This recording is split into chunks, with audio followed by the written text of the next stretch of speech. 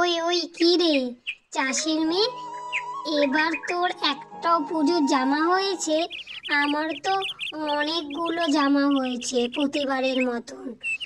আর আমি তো পঞ্চমী থেকে দশমী পর্যন্ত এক একটা দিনে এক একটা জামা পরি।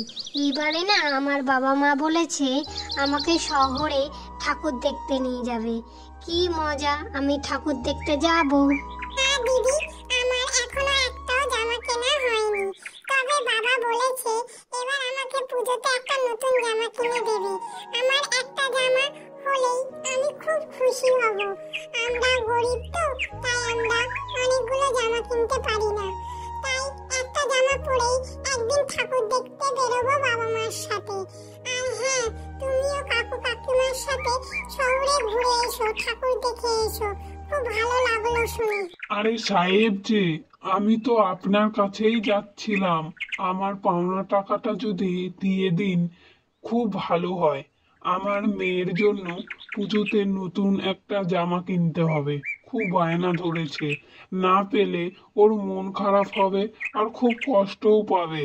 আপনি যদি আমার পাওনা টাকাটা দিয়ে দিন আমি খুব উপকৃত হব। তুমি তো জানো এই বছরের বৃষ্টির জন্য তেমন ফসল ওঠেনি, কত ক্ষতি হয়েছে ফসলের।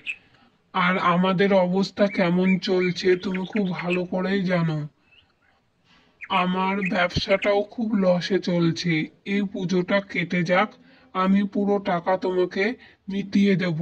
আমারও খুব খারাপ লাগছে, কিন্তু আমার কাছে কোনো টাকা নেই দেওয়ার মতন তোমাকে। তাই বলছি একটু অপেক্ষা করে যাও, আমি মিটিয়ে দেবো। মেয়েটাকে জামা দিতে পারবো না, খুব কষ্ট হবে। আমাকে নতুন জামা দাও। ওই ফুলি দিদি কত জামা হয়েছে আমাকেও জিজ্ঞাসা করেছিল রাস্তায়। আমিও বলেছি আমার বাবা একটা নতুন জামা কিনে দেবে এবারে। আমি খুব খুশি হব। আমরাও ঠাকুর দেখতে যাব, ওরাও ঠাকুর দেখতে যাবে না শহরে বলেছে, জানো। তুমি আমাকে একটা জামা কিনে দাও, একটা জামা কিনে দাও। মা তুই তো সব বুঝিস, জানিস আমাদের তেল আনতে পান্তা ফোরায়, তাই বেশি বায়না করিস না। তোর মন খারাপ দেখলে তোর বাবারও মন খারাপ হবে। ভগবান একদিন চোখ তুলে তাকালে তোর বাবা একটা নয় অনেকগুলো জামা কিনে দেবে ওই ফুলি দিদির মতন। তুই চিন্তা করিস না, কষ্ট পাস না।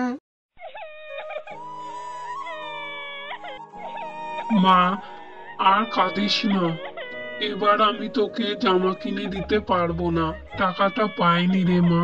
যখন পাবো তুই বিশ্বাস কর আমাকে, তোকে আমি দুটো জামা কিনে দেবো একসাথে। কাঁদিস না, কাঁদলে যে আমারও কষ্ট হয়। দেখবি ভগবান যদি চায় যে তুই নতুন জামা পরে ঠাকুর দেখবি, ঠিক দেখতে পাবি। ঠাকুর ঠিক ব্যবস্থা করে দেবে। তুই কাঁদিস না মা আমার, তুই ভালো থাকবি, আমরাও ভালো থাকবো। কাঁদে না মা, কাঁদে না।